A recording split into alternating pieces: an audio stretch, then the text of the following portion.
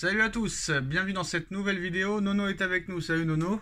Salut Sacha. Ça y est, on arrive, hein. À l'époque c'était la crise de novembre, à l'époque de Canal+, de Colonie Capitale, Nono, et la crise de novembre s'est transformée en crise de mars.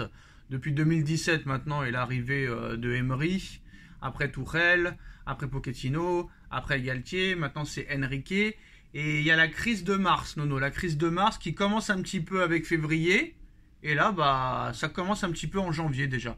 En janvier, tous les ans, tu as les blessures qui commencent à arriver. Là, cette année, on n'y a pas échappé. Kipembe, Skriniar, Marquinhos aussi qui a été touché il y a quelques jours apparemment.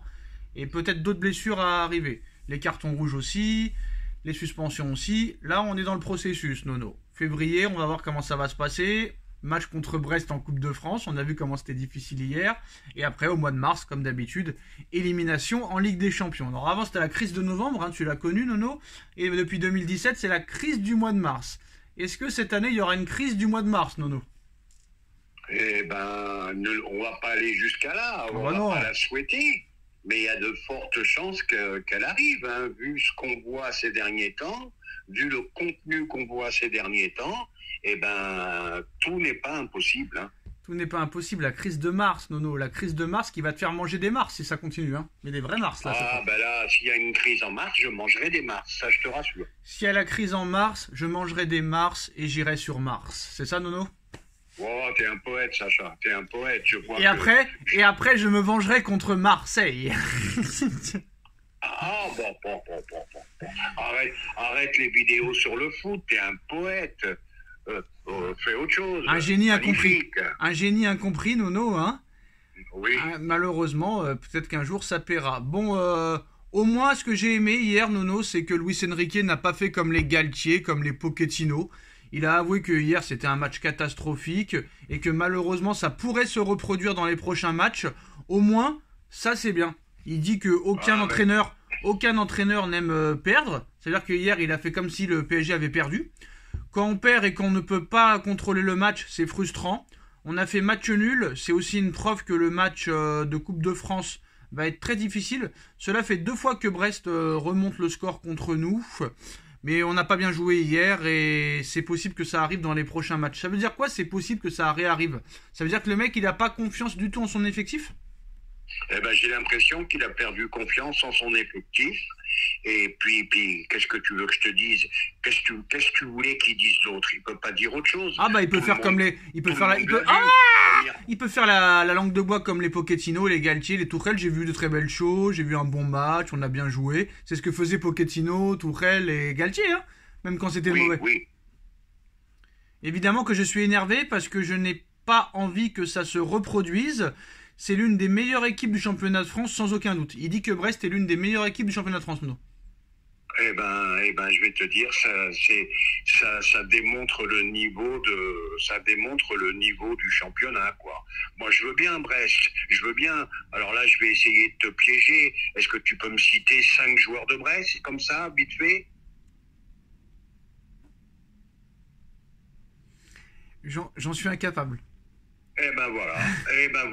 Et de l'autre côté, tu peux. Laisse Meloub peut-être, je sais pas. Je dis au hasard.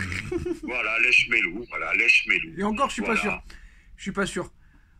Mais au moins, tu vois, il est pas langue de bois. Mais le problème, c'est que, comme a dit Riolo, on va parler de Riolo un petit peu de ce qu'il a dit sur Enrique, Nono. Ça peut être intéressant parce que ça fait plusieurs fois qu'il le fracasse.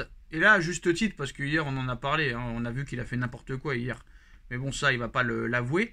Donc Riolo qui a allumé hier monsieur Enrique, il n'a pas expliqué ce qu'il a fait dans son laboratoire. Et d'ailleurs, laboratoire, il nous l'a piqué à nous, Nono. Hein. C'est nous qui avions dit à l'époque laboratoire. Hein. C'est quand même incroyable. Hein. Tu te demandes s'il y a des gens qui piquent pas nos vidéos. Bref, on va pas non plus se la raconter.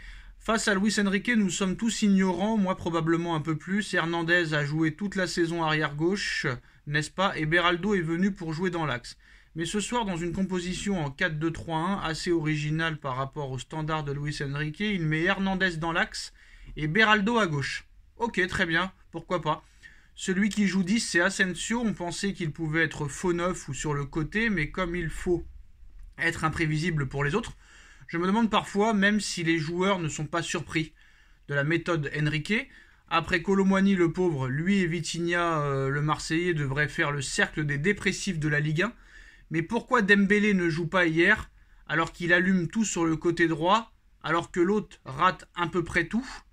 Comme Hakimi est à la canne, il se dit qu'il ne va pas mettre Dembélé. Et puis Warren Zaïre-Emery au milieu de terrain, c'était trop bien, il était trop fort, donc pourquoi le laisser au milieu? C'est mieux de le mettre à droite.